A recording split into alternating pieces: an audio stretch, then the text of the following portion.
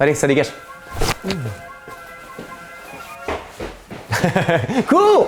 Salut tout le monde, j'espère que vous allez bien. Bienvenue sur un nouvel épisode de On The Spi. Et aujourd'hui, les thématiques, c'est les conseils de com pour mieux recruter. Alors moi, avant de lancer com, j'étais dans un cabinet de recrutement. Donc vraiment, les étapes et les conseils qu'on peut vous donner, c'est ce qu'on a appliqué maintenant pour com. Et donc, il y a 4 conseils qui sont vraiment simples à mettre en place et qui font toute la différence. Le premier conseil qu'on peut vous donner, c'est de faire une fiche de poste vachement claire et précise. Parce que si vous avez une fiche de poste qui est beaucoup plus globale, ça va potentiellement prêter à confusion et donc vous allez recevoir davantage de candidatures. Et donc le fait d'être beaucoup plus précis, ça prend plus de temps, mais ça permettra de filtrer les personnes qui vont candidater pour le poste. Le deuxième conseil qu'on peut vous donner, c'est de demander une petite vidéo de motivation à toutes les candidatures. En gros, ça permet vraiment de faire le filtre entre les personnes déjà qui vont prendre le temps de faire cette petite vidéo et ceux qui ne vont pas le faire. Donc déjà, ça permet de voir et de jauger un petit peu la motivation de chacun des candidatures. Et puis en plus, on sent vraiment les personnes qui ont envie de rejoindre une aventure dans la manière dont ils vont s'exprimer, dans la manière dont ils vont argumenter, l'attitude qu'ils vont avoir face caméra. Ça permet de faire un premier filtre sur les peut-être 100 candidatures qu'on peut recevoir. On va recevoir que 20 vidéos. Et sur ces 20 là, on arrive à voir ceux qui sont plus ou moins motivés. Donc c'est vraiment un conseil qui est facile à mettre en place et qui permet vraiment de pouvoir optimiser ses recrutements.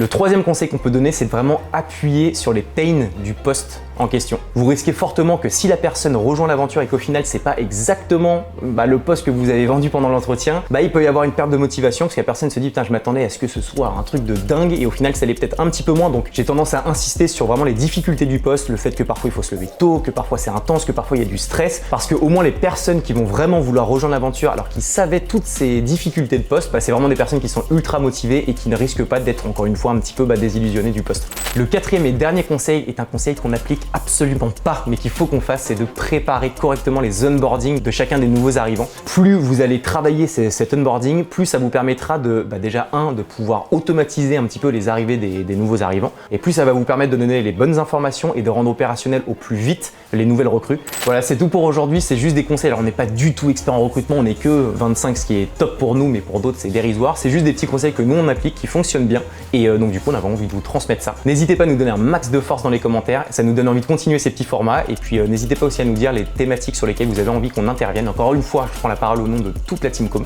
Donc voilà, je vous souhaite une excellente journée et je vous dis à très vite.